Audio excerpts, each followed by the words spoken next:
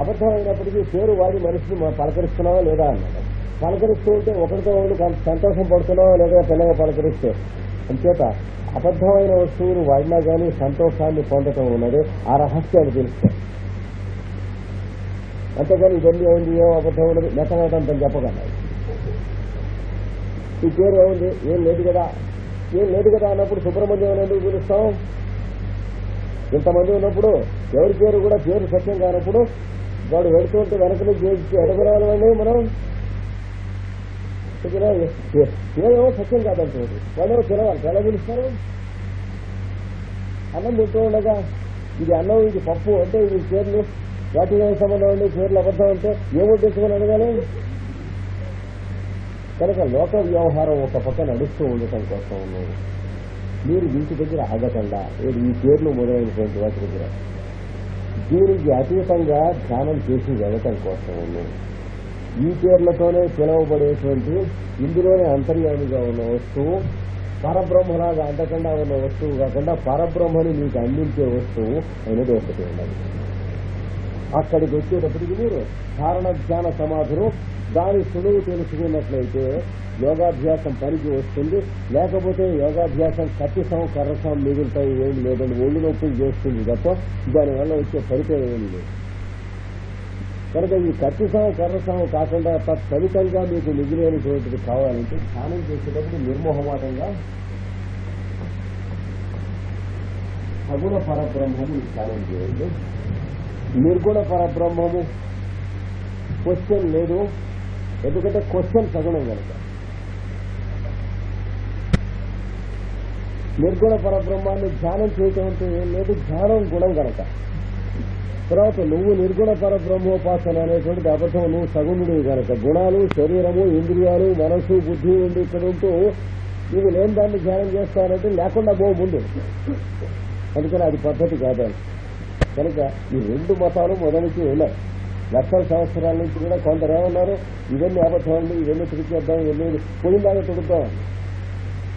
ఉల్లిపాయ ఒలుస్తున్నాం, అసలు పాయ కావాలి, లోపల ఉన్నటువంటి అసలు పాయ ఒలుస్తాన్ని పైనుంచి పొరలో ఒలుస్తున్నాడు. ఉల్లిపాయ ఒక్కొక్క పాయ ఒలుస్తుంటే లోపల ఇంకోటి ఉంది, అది ఒలుస్తుంది. మొత్తం అంతా వచ్చేది ఏముంది, అసలు పాయ ఉండదు, ఉల్లిపాయ మొత్తం పాయ.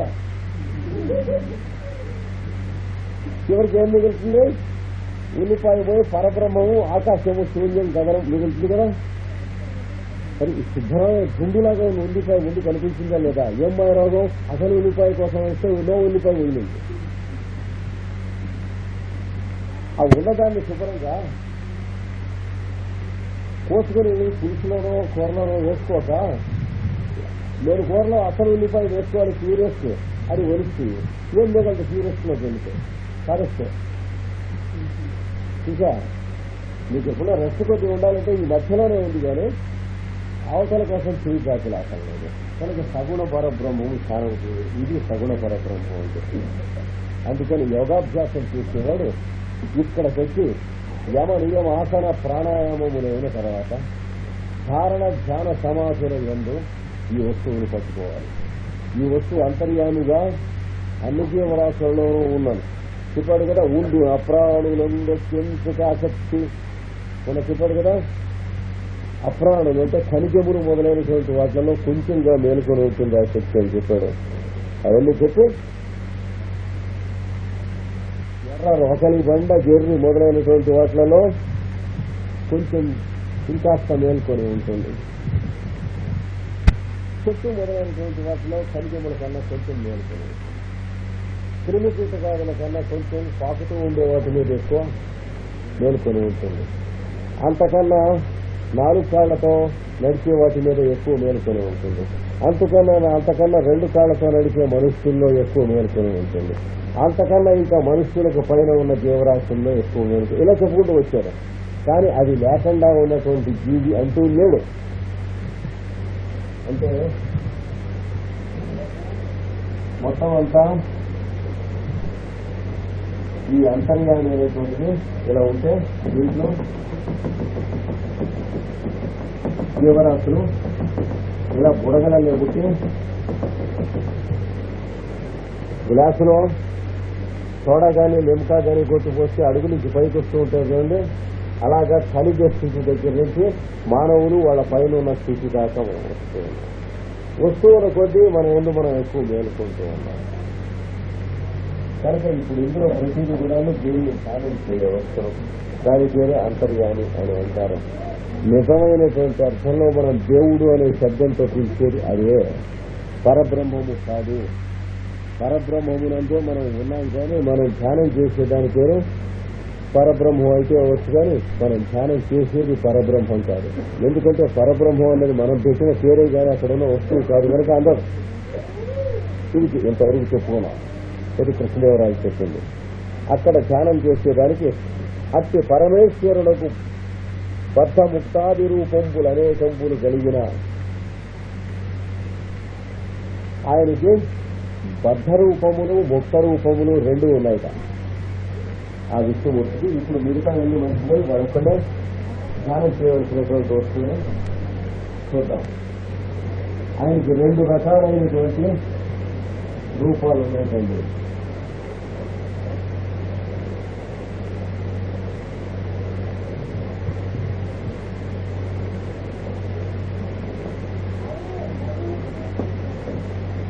విష్ణువు ఇది ఒక వ్యక్తి కాదు, జాగ్రత్తగా గుర్తుండేనా. విష్ణువు వ్యాపించి అందరిలోనూ ఒకడుగా ఉన్నవాడు. వీళ్ళు ప్రతి ఒక్కడు ఎవరికి వాడు తానుగా ఉంటారు. 9వ అధ్యాయం భగవద్గీతలో చెప్పారు, నా యందు ఈ జీవరాశులందరూ ఉన్నారు కనుక వాళ్ళ యందు నేను ఉన్నాను. ధ్యానం చేయవలసిన విధానం చెబుతాను. నేను వాళ్ళందరి యందు కూడా నేననేటువంటి ప్రజ్ఞతో మేలుకుని ఉన్నాను కనుక అందులో ప్రతి ఒక్కడు ఎవరికి వాడు నేననే ప్రజ్ఞతో నా యందు మేలుకుంటున్నాడు. 9వ అధ్యాయంలో ఇచ్చాడు మీరు సులువు ధ్యానం, ఎలా ధ్యానం చేయాలి. కానీ 9వ అధ్యాయం మనం అందరం కూడా 9,000 మాటలు చదువుకుని ఉండొచ్చు. కానీ వాడు చెబుతున్నాడని చదువుకుంటాం, కానీ మనం ధ్యానం చేయవలసింది ఇచ్చాడని చదువుకుంటాం లేదు. అంటే నువ్వు ఎలా ధ్యానం చేయాలో దానికి మంత్రం ఇచ్చాడు. అది అనుకోకుండా వారి ఎందు ఎలా ఉన్నాయి ఈ లోకాలన్నీ నేను చదువుకుంటున్నాను, ఏమీ లాభం లేదు. నా ఎందు ఉన్నాయి ధ్యానం చేయమంటాడు. వారి ఎందు ఉన్నాయంటే మనకేమిటి వస్తుంది, వారి ఎందుంటే వారు లక్షాధికారిట, నేను బిజినెస్ పెడతాను అన్నట్టు ఎవడు కొనుక్కుతాడు. వారు లక్షాధికారి అయితే నేను బిజినెస్ పెట్టాడు మధ్యలో. కనుక 9వ అధ్యాయం మనం చదువుతూ ఉంటే ఇంకా కూడా మళ్ళీ ఇంకా చెబుతాను ఏమంటే మొదలెచ్చాడు అన్నమాట. నా భూతం స్థిరత్వం ఎలా ఉంటుందో చెబుతాను ఏమంటే. భూతములంటే జీవరాశి, వాళ్ళల్లో నేను ఈశ్వరుడిగా ఉన్నాను హృదయంలో.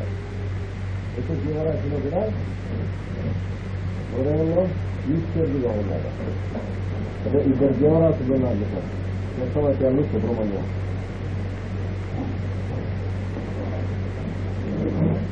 ఇద్దరిలో లోపల ఉన్నాడు నేను నేననే పేరుతో ఈశ్వరుడుగా.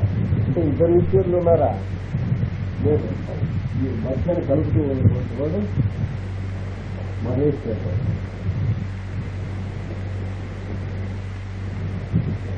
భూత మహేశ్వరత్వం అంటే ఎలా ధ్యానం చేయాలి అంటే చెప్పాడు.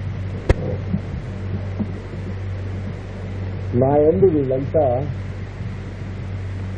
ఉన్నారు, అంచేత వీళ్ళ యందు నేను ఉన్నాను. ఇది ధ్యానం చేయాల్సింది. తర్వాత నా యందు వీళ్ళందరూ ఇందులో ఎవరైతే మేలుకొని ఉంటారో వాడి యందు నేను మేలుకొని ఉంటాను. అంటే జీవరాశుల్లో 2 రకాలు. ఎవరికి వాడు తన యందు మేలుకునేటువంటి త్రాస్తున్నారు కొంతమంది. కాకుండా తాను మిగతా మొత్తం అందరి జీవరాశుల్లో ఉన్న వాడి యందు మేల్కొని ఉన్నవాడు ఒకడు. అలా ఎవడైతే మేల్కొని ఉంటాడో వాడి యందు నేను మేల్కొని ఉంటాను అన్నాడు ప్రత్యేకంగా. ఇది లిటిగేషన్. అంటే ఇందరిలో ఉన్న వాడి యందు ఎవడైతే మేల్కొని ఉంటాడో వాడి యందు వీడు మేల్కొని ఉంటాడు. వీడు ఎంతగా వాడి యందు మేల్కొని ఉంటాడో వాడు అంతగా వీడి యందు మేల్కొంటాడు. దేవుడు ఎంత అయితే అద్దంలాగా అనమాట. అద్దం ఏం చేస్తుంది, నమస్కారం సార్ అంటే నమస్కారం సార్ అంటుంది, పొరా పూలు అంటే పొరా పూలు అంటుంది. కనుక వీడు వాడు ఎందు ఎంతగా మేలుకున్నాడో వాడు వీడి ఎందు అంతగా మేలుకొని ఉంటాడు. నేను వాళ్ళల్లో నేను నాకేం కర్మ పట్టింది అని జీవరాశుల్లో. అయినప్పటికీ కూడాను నేను వాళ్ళల్లో ఉన్నాను, ఈ రహస్యం తెలుసుకో, ఇట్లా ధ్యానం చేయమన్నాడు. ఎలా ఉన్నానంటే వాళ్ళు నా ఎందు ఉన్నారు కనుక నేను వాళ్ళ ఎందు ఉన్నాను కానీ లేకపోతే నేను వాళ్ళ ఎందు ఉండవలసిన అవసరం ఏముంది? ఇది ధ్యానం చేయవలసిన విషయం. అంటే అర్థమేంటి? ఒక పెద్ద ఇంత గంగాళంలో పానకం చేసి పోసి చిన్న చిన్న చిన్న చిన్న చిన్న సీసాలు అందులో ఒక 1000 పడేసాం అనుకోండి, మునిగిపోతాయి. సీసాల్లోకి పానకం ఎక్కుతుంది. అప్పుడు పానకం మాట్లాడుతుంది అనుకోండి, ఏమని? నా యందు ఈ సీసాలు వాళ్ళు ఉన్నారు కాబట్టి ఈ సీసాల్లో నేను ఉన్నాను కానీ లేకపోతే నాకేం కర్మ అని వెళ్తాను. అలా చూసారా? పానకం మాట్లాడుతుంది అనుకోండి, పక్కన వడపప్పుతో వడపప్పు నేను నాలో ఉన్నటువంటి ఈ సీసాల్లో ఎందుకున్నాను? ఈ సీసాలు నాలో ఉన్నాయి కనుక. ఇది 9వ అధ్యాయంలో మనకి ఇచ్చినటువంటి ధ్యానం. ఇలాగ ఈ సమస్త సృష్టిలో ఉన్న జీవరాశుల్ని కూడా రోజు ఒక 5 నిమిషాలు ధ్యానం చేయి, నీకేం బస్సు ఏం వెళ్ళిపోదు అన్నాడు. కలర్లు ఎక్కేటప్పటికీ కొరమండల బస్సు వెళ్ళిపోతుంది అని పరిగెత్తేవాడు ఎవడు, స్టీల్ ప్లాంట్ బస్సు వెళ్ళిపోతుంది అని పరిగెత్తేవాడు ఎవడు. అక్కర్లేదంత ముందు ఒక 5 నిమిషాలు చాలినాడు ధ్యానం. అన్ని గేట్లు తీయబడతాయి, అన్ని కలిసింది. ఈ ఇందాక చెప్పిన 7 లోకాలకి కూడాను ద్వారబంధాలు తీయబడతాయి. అందుకనే 9వది రాజవిద్య రాజభూష్యం అయినటువంటి పవిత్రమిదం ఉత్తమం. మనకి ఒక్కొక్క అధ్యాయం యొక్క ప్రత్యేకత తెలియకపోతే ప్రతి అధ్యాయానికి ఇలాగే రాస్తాడు. అంటే కొట్లో పెడితే ఇది ఫస్ట్ అధ్యాయం సంతసారి మీకు కాబట్టి కనిపిస్తున్నా అన్నట్టుంటుంది. ప్రతి అధ్యాయం చాలా గొప్పది అన్నట్టుంటాయి. ఏమిటోలే మనకి దాని ఎందుకు భక్తి కలిగేది చెబుతున్నాడు అన్నట్టుగా ఉంటుంది. షాపులో పెడితే ఇది మీరేటి తెలియటం లేదు, మీరు బయటకు పెడితే వస్తువు దొరకదు, బేరం చేస్తారేంటారు. మీరు పంతులు గారు వచ్చారు కనుక నేను ఇది బయట పెట్టాను, దొరకటం లేదు, నేను లోపల వచ్చాను, ఇది మా వాడి కోసం ఉంటాడు. అలా చెబుతున్నట్టు ఉంటుంది. ప్రతి అధ్యాయం కూడా ఈ పవిత్ర విధముత్తమం గుష్యానం గుష్యతరం అని ఏమిటో ఇవన్నీ ఎవరి బేరం వాడు చెప్పుకుంటున్నట్టు ఉంటుంది. కాదు, చదువుకుంటే శాత ఆ అధ్యాయాలు. ఈ అధ్యాయం యొక్క ప్రత్యేకత ఆ అధ్యాయంలో ఉన్నది. 9వ అధ్యాయంలో ఈశ్వరత్వం, ఇద్దరిలో ఉన్న మహేశ్వరత్వం ఈ ధ్యానం చేసినటువంటి విధానం చెప్తుంది. ఇది తెలిసిన వాళ్ళు కొంతమంది, ఇది తెలియని వాళ్ళు కొంతమంది ఉంటారు. అంటే దీనిలో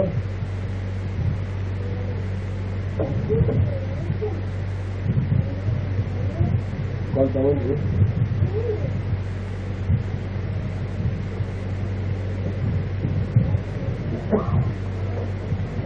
వాళ్ళు ఏంటి నేర్చుకునేటువంటి వాళ్ళు కొంతమంది. అంటే పానకం దీంట్లో నిండి ఉండి ఇది పానకంలో ఉంటూ ఉంటుంది. నా ఎందు వాడు ఉన్నాడు కాబట్టి వాడి ఎందు నేను ఉన్నాను అనేటువంటి స్థితి అన్నమాట. ఇలా ఉన్నవాళ్ళు కొంతమంది అంటే తమ ఎందు తాము జీవించి ఉంటారు కనుక విష్ణువునందు జీవించి ఉంటారు. అంటే వాడు జీవించడం అంటే విష్ణు ప్రత్యేక. వాడు చూడటం అయినా తీసుకున్నది విష్ణువునే చూస్తాడు ఇన్ని రూపాల్లో. మరి సుబ్రహ్మణ్యం, సుబ్బారావు, వెంకటరామయ్య ఉన్నారు కదరా, విష్ణువేమిటి అని అడిగితే అవును ఈ రూపాల్లో ఉన్నది విష్ణువేమిటాడు వాడికి తెలుసు. అలా కాకుండా ఇటుపక్క ఇంకో కొంతమంది ఏడుస్తూ నవ్వుతూ ఉన్నటువంటి దౌర్భాగ్యులు ఉన్నారు. ఫోటోలు పెట్టేస్తున్నారు. దండకంగా ఫీల్ చేస్తారు. అంటే ఈ ఫీల్డ్ చేయించుకున్నటువంటి లోపల గంగ లోపలే, బయట గంగ బయటే. గట్టిగా గంగ సంబంధం ఉండదు. మన గుంటూరు జిల్లా, కృష్ణా జిల్లా పెడితే గంగ అంటారు, గట్టిగా అంటారు, ఓటు పెట్టుకుంటారు. అలా సంబంధం ఉండదు. వీడికి ఎవరికి వాడే జీవిస్తూ ఉంటాడు కానీ ఒకడి అంటే ఒకడు జీవించడం. అంటే నాకు కావాల్సింది నేను మీ దగ్గర జాగ్రత్త పడుతూ ఉంటాను, మీకు కావాల్సింది మీరు నా దగ్గర జాగ్రత్తగా ఉంటారు. ఇద్దరం జాగ్రత్తగా అదృష్టం చేస్తూ ఉండటం వల్ల బతికి ఉన్నాం కానీ లేకపోతే ఎవడో ఇద్దరిలో ఊహడం అదేదో అజాగ్రత్తగా మీరు చూసుకోవడం మిమ్మల్ని నేను తీసుకునేవాళ్ళు, లేకపోతే మీరు నన్ను తీసుకునేవాళ్ళు, ఎవడో ఊహడే ఉండేవాడు. అవును, ఇన్ని లోకాల వాళ్ళని కూడా వర్ణించారు. చూసారా, చిన్న చేప ఇట్లా ఎదురుతూ ఉంటుంది సముద్రంలో. ఒక పెద్ద చేప వచ్చి నోరు తెచ్చి ఎదురుగానే తింటారు. అన్యాయం, దురంతం, బలం గలవాళ్ళు, సంపద గలవాళ్ళు ఈ ధనిక వర్గం మమ్మల్ని తినేస్తున్నారు అంటుంది రస్తున్నది. పేదవాడు అనేటవాడికి ఆ పెద్దవాడు అన్నట్టు నాకు ఆకలి వేస్తూ ఉంది. ఈ పెద్ద చేప, చిన్న చేప అనేటట్టు నాకు ఆకలి వేస్తూ ఉంది, ఇద్దరికీ ఆకలి వేస్తుంది కనుక అప్పుడు పెద్ద చేప అంటాట, నువ్వు నన్ను తిను అని ఒప్పుకుంటా, నేను తినలేను, అలా అయితే నేను నిన్ను తింటా, ఎవరికో వారికి ఆకలి తీరాలి కదా, ఇద్దరం తినకపోతే ఇద్దరం ఆకలితో తప్పుకోవటం కనుక ఇదిగో నేను తింటున్నానని తినే తింటా. ఇది కథ అన్నాడు. 5 సెంటెన్సులు దాటకుండా కథలు రాశాడు లియో టాల్స్టాయ్. ఆయన రాసిన కథ ఇది. సేల్స్ ఫ్రమ్ సబాస్టపూల్ అనేటువంటిది ఒక పుస్తకం ఉంది, అందులో రాశాడు. ఇలాంటి కథలు రాశాడని మొట్టమొదటి చేయుత కమ్యూనిస్టులు ఆయన ఇతన్ని కూడా అభ్యుదయ రచయితగా తీసుకున్నారు. తర్వాత ఈ రాశాడని తెలిసి చూడపు డబ్బాలను తీసుకున్నారు. అంటే ఆయన అభ్యుదయ రచయిత కింద 40 ఏళ్ళు అంగీకరించిన తర్వాత తీసేతలు పారేశారా? ఎందుకంటే ఆయన దేవుడి గురించి కూడా రాశారు, అది వాళ్ళకి అంత ముందు తెలియదు. మరి అభ్యుదయ అవుతుంది, దేవుడి గురించి రాస్తే అని చెప్పేసారు. ఆయన పేరు ఇప్పుడు కనపడదు అభ్యుదయ కోవిల్లో. ముందర రష్యాలో అంగీకరించారు, అంచేత అన్ని దేశాల్లోనూ ఎర్రజెండా వారు అంగీకరించారు. తర్వాత రష్యాలో ఎత్తేశారు, వీళ్ళు ఎత్తేశారు. ఆయన మొట్టమొదట నేను దేవుళ్ళు ఎలానో నేను అందంగా తప్పు చేస్తే పడిపోతాయి ఇట్లాంటివన్నీ మనందరూ నమ్మలేదు. తర్వాత ఎలాగ నమ్మకంగా మానేశానో అని ఒక పుస్తకం రాశాడు, ఒక అధ్యాయం రాశాడు తన కథ. అంటే ఏంటి, అన్బిలీవర్గా అయిపోయి ఎథీస్ట్గా కొంతకాలం గడిపాడు. దాంట్లో జరిగినటువంటి అనుభవం వల్ల మళ్ళీ ఎలా అయితే నేను నమ్మగలిగానో అసలు నిజమైన విధంగా అని మూడు అధ్యాయాలు రాశాడు ఆయన ఆత్మకథలో. చివరి 3 అధ్యాయాలు రెమినిసెన్సెస్ లో టాల్స్టాయ్. ఎక్కడైనా కంప్లీట్ వర్క్స్ మీకు తెలిస్తే చదవండి. రెమినిసెన్సెస్ అని ఆయన రాసిన పుస్తకంలో అది ఉంటుంది. అందులో మొదటి అధ్యాయం హౌ ఐ బిలీవ్డ్, రెండవ అధ్యాయం హౌ ఐ డిస్బిలీవ్డ్, మూడవ అధ్యాయం హౌ ఐ అగైన్ బిలీవ్డ్. ఇది గడిగా చెప్పేశారు ఆయన పేరు. ఇలాంటివి చదివాక ఇంకా అధ్యయనం మధ్యాహ్నం కనుక ఇవి స్కీళ్లు వేసేస్తూ ఉంటారు. అంటే ఎవరికి వాడు జీవిస్తున్న వాళ్ళు కొంతమంది, విష్ణువురందు జీవిస్తున్న వాళ్ళు కొంతమంది. వీళ్ళు ముక్త జీవులు, వీళ్ళు బద్ధ జీవులు. అంటే అయితే వీళ్ళంతా కూడాను వీళ్ళలో ఏమున్నది అబ్సల్యూట్ ఎగ్జిస్టెన్స్. అంటే అంతర్యామి యొక్క అస్తిత్వమే కానీ తమ అస్తిత్వం తమ దృష్టిలో కూడా లేదు. ఇక్కడ అంతర్యామి దృష్టిలో అంతేగాని వీళ్ళ దృష్టిలో అంత కాదు. వాళ్ళు వేరే ఎగ్జిస్ట్ అవుతున్నారు దేవుడికి వారికి. ఏంటి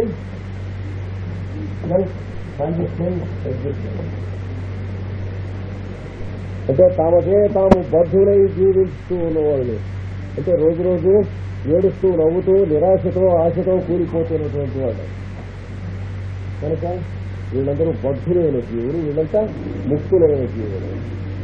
అయితే ఈయన దృష్టిలో ముక్తులైన తన రూపములు, బద్ధులైన తన రూపములు. అంటే ఈయన ఒక నాటకం రాసేవాడు అనుకోండి, అందులో మంచి పాత్రలు చెడ్డ పాత్రలు రెండింటిలో ఏమీ లేవు, వీడు రాశాడు కానీ నాటకంగా. కాబట్టి సుబ్బయ్య వెంకయ్య పట్టి బిజినెస్ పెట్టారు. అందులో వెళ్ళిగా వెంకయ్య సుబ్బయ్య నమ్మించి ఎవరికి గోతులో దోషేశాడు అని నాటకం రాశాడు అనుకోండి. ఇద్దరు వీడి పొరలో చూసుకున్న వాళ్ళే కదా. సుబ్బయ్య అనే మంచివాడు వచ్చాడు కాబట్టి రాసిన వాడు మంచివాడు అంటానికి వీళ్ళు. వెంకయ్య అనేటువంటి మోసం చేసేటువంటి వాడు పాత్ర వీడి బుర్రలో చూస్తాడు నాటకంలో కాబట్టి వీడు మోసం చేసేవాడని అంటానికి వేరు. వీడు వాడిని మోసం చేశాడనేటువంటి నాటకం మీకు రాసి ఇచ్చి ఇలా మోసం చేయకూడదని మీకు అర్థమయ్యేసి చేశాడు కనుక ఈ మొత్తం నాటకం రైతు కానీ ఇందులో వీడు స్వభావం వీళ్ళలో లేదు, వీడి స్వభావం వీళ్ళలో లేదు, రెండుకి అతీతుడు. నాటకం రాసినవాడు అంటే రామాయణం రాసినటువంటి వాల్మీకి రావణాసురుడు పాత్ర ఇచ్చాడు, రాముడు పాత్ర ఇచ్చాడు. అయితే వాల్మీకి మంచివాడా చెడ్డవాడా? రాముడు పాత్ర ఇచ్చాడు కాబట్టి ఆయన అవతార మూర్తి వాల్మీకి అంటారా? లేదా రావణుడు పాత్ర ఇచ్చాడు కాబట్టి ఆయన కూడా పరస్త్రీని ఎత్తుకొని పోయి ఉండవచ్చు అని అంటారా? కవికి ఏది అనుభవం లేకుండా రాయడు అని పిచ్చి సిద్ధాంతం అవుతుంది. శ్రీనాథుడు రాజభోగాలన్నీ అనుభవించినట్టు పద్యాలు రాస్తాడు. తర్వాత కొన్ని స్త్రీలను అక్కడ ఏ దేశంలో ఉన్న స్త్రీలను వర్ణిస్తూ పాపం ఉరికి పద్యాలు రాస్తాడు. రాస్తే ఈ విమర్శకులు ఏమన్నారు, అలాంటి స్త్రీలందరినీ కూడా అనుభవించి వీడు జీవితం పాడు చేసుకుని ఉండాలి, లేకపోతే ఎలా రాస్తాడు? అప్పుడు వేరం వెంకటరావు శాస్త్రి గారు ఆ విమర్శకులందరినీ కూడా ఇంటూ మార్కు పెడుతూ ఓ ముక్క రాశాడు. శ్రీనాథుడు హరవిలాసం అని ఒక కావ్యం రాశాడు. అందులో చిరుతొండనంది చరిత్ర అని ఒక రాశాడు. అందులో మహాభక్తుడైనటువంటి చిరుతొండనంది ఒక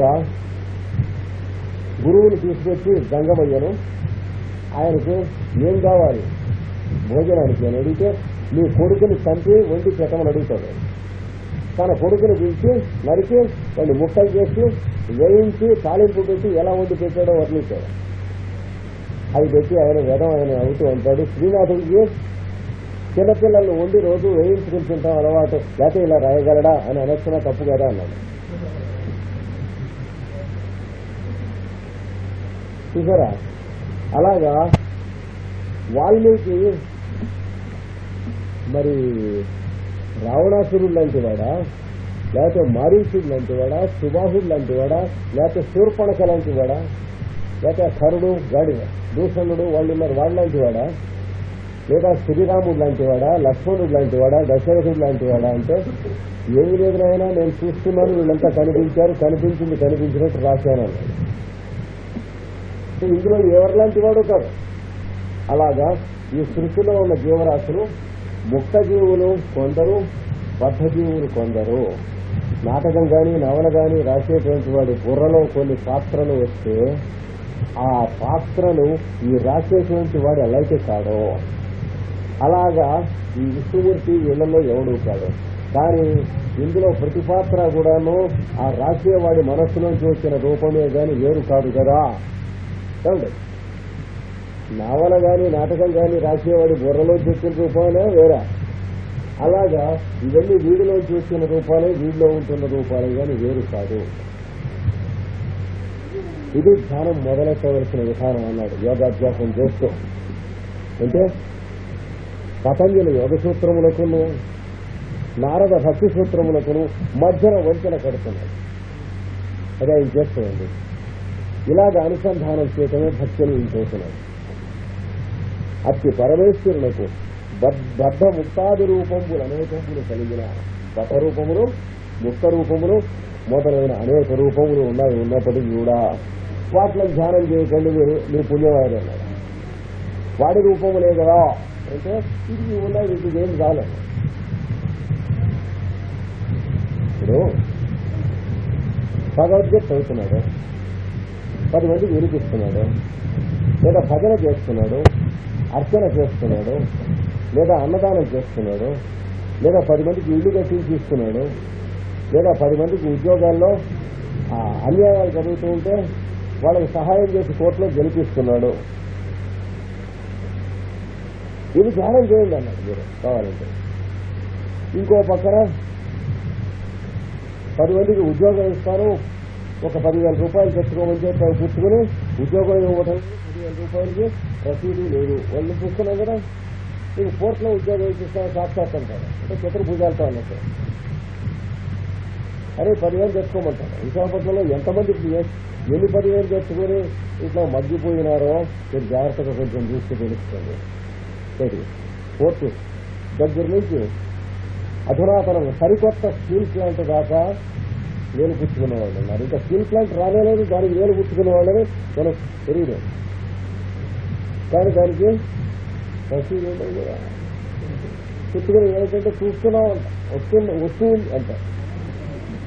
వీడు ఇచ్చినటువంటి వాడు ఆ 10,000 తన దగ్గర ఉంటే శుభ్రంగా 10 సంవత్సరాలు తినేవాడు కదా.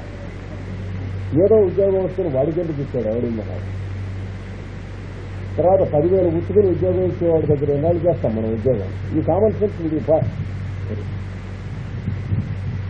ఇలాంటి వాళ్ళని ధ్యానం చేస్తే వాళ్ళు మాత్రం విష్ణుమూర్తి రూపములు కారా అని అడగద్దన్నాడు. వాడి రూపములే కానీ నువ్వు వెళ్ళవలసినటువంటి మార్గం వేరు. ఇక్కడి నుంచి రైలు ఎక్కితే హైదరాబాద్ ఎడతా ఉన్నాడు, గోదావరి ఎక్కితే బాగుంది. ప్లేన్ ఎక్కినా హైదరాబాద్ ఎడతా, పోనీ బస్సు ఎక్కినా 1-2 చోట్ల దిగితే హైదరాబాద్ ఎడతా. అదేంటండి ఇక్కడికి నడవటం మొదలెడితే ఎలా చేయబోతున్నాడు, మధ్యలో ఎక్కడో బయట తెచ్చిపోతాయి అనవసరంగా. వెళ్ళమనేది కాదు, ఎడతారు.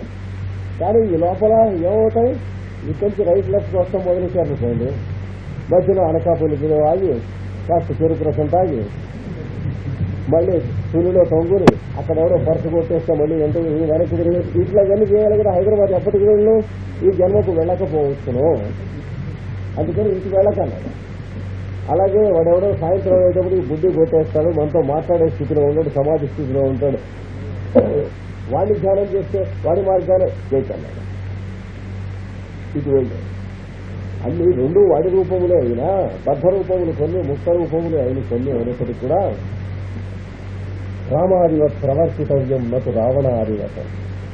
రామాయణం మొదలైనటువంటి కావ్యాలు వాల్మీకి మొదలైన వాళ్ళు మనకి ఇవ్వటానికి కారణం ఏంటంటే, రాముడు మొదలైన వాళ్ళని ఇచ్చి ఇలా ప్రవర్తించడానికి ప్రయత్నం చేసుకో అని ఇచ్చారు. రావణుడు మొదలైన వాళ్ళని ఎందుకు ఇచ్చారంటే అలా ఉండకుండా ఉండటానికి ప్రయత్నం చేయి అనటానికి ఇచ్చారు, తెలుసుకోమన్నారు. పెద్దలు చెప్పారు రామాదివత్ ప్రవర్తితవ్యం. అంటే రాముడు మొదలైన పాత్రలు చదువుతున్నప్పుడు ఏదైనా లైఫ్ లో సిచ్యువేషన్ వస్తే ఇలా ప్రవర్తించినట్లయితే తెలియచకుండా నిలుచుంటాం, మిగతా వాళ్ళంతా చదువుకుంటారు, వీరికి ఏం దెబ్బతగలదని తెలుసుకో. రావణాసురులాగా ఉన్నట్లయితే ఎన్ని లోకాలు జయించి ఎంత సంపద ఉండి ఎంత ఉన్నప్పటికీ కూడా ఆ మనస్సులో ఒక దౌర్బల్యం కక్కుర్తి ఉన్నట్టయితే చక్కన పడిపోతాడని తెలుసుకో. ఇంకే అన్నాడు, ఏం చెప్పింది. పాపం యుద్ధం మొదలెట్టబోతూ ఉండగా రావణాసురుడు వాడితో మంత్రి ఒంటరిగా నడిచేస్తాడు. సీతాదేవి దగ్గర నుంచి ఒకరికి చూసి వచ్చేస్తూ ఉంటాడు. సీతాదేవిని దబాయించాడు, నేను చంపేస్తాను, నన్ను ప్రేమించకపోతే అది ఇది అథవా ఇదంతా వాగేదా. అవి వెనక్కి తిరిగేస్తూ ఉండగా నాదొక మనవి అన్నాడు మంత్రి. ఏమిటనంటే, మనం 14 లోకాలు పరిపాలిస్తూ ఉన్నటువంటి ప్రభువులు తమరు, తమ దగ్గర మంత్రిగా నేను ఉన్నాను, అంచేత తమ మేలు కోరి 10 కాలాల పాటు తాము ముప్పు తింటూ ఇక్కడ బతుకుతూ ఉన్నటువంటి వాళ్ళని, తమ మేలు కోరిన వాళ్ళని నాకు తోచింది నేను చెప్పు తప్పులేదన్నాడు. అంటే తమరు వెళుతున్నటువంటి మార్గం అంగీకారం కాదు, మంచిది కాదు, మనం దెబ్బతింటాం, నశించిపోతాం, అంచేత తమకు ఆ ముక్క నేను చెప్పకూడదైనప్పటికీ హెచ్చరిద్దామని. ఏం చేత అన్నాడు, ధర్మార్థ కామ మోక్షముల్లో దేనికి పనికొచ్చేది కదా. అంటే అతను మొత్తం కలిపి చెప్పక వేరే వేరే చెప్పన్నాడు. ధర్మం ఆచరించాలంటే ఇట్లాంటివి చేయకూడదు కదా. అంటే రావణాసురుడు ధర్మం ఎందుకో తెలుసా, నేను నువ్వేంటి ధర్మంగా ఉంటే మళ్ళీ రేపు నువ్వు నాకు అవసరం వస్తుంది ధర్మంగా ఉంటావు అన్న స్థితిలో ఉన్నవాడికి నేను ఈ లోకాలన్నింటినీ పరిపాలిస్తున్నా కనుక ఎవరితోనూ నాకు ఆబ్లిగేషన్ లేదు, ధర్మం అవసరం. మళ్ళీ రేపు మీతో అవసరం ఉన్నవాడికి కదండి ధర్మం. మిమ్మల్ని నేను పరిపాలించి పైన ఉన్నవాడికి ధర్మం ఎందుకు అన్నాడు. ఎప్పుడు నేను ఆ లెవెల్కి వచ్చాను కదా, ధర్మం అనేది దుర్బలునికి అన్నాడు. సరే ఇంకేం చేస్తాడు, రెండవది ఏమిటి చెప్పాను, అర్థం అన్నాడు. అర్థం అంటే ఏమిటి, సంపదల సమస్య. కుబేరుడు నేను రా అంటే వస్తాడు, పో అంటే పోతాడు. ఇక అర్థాన్ని గురించి మరి నేను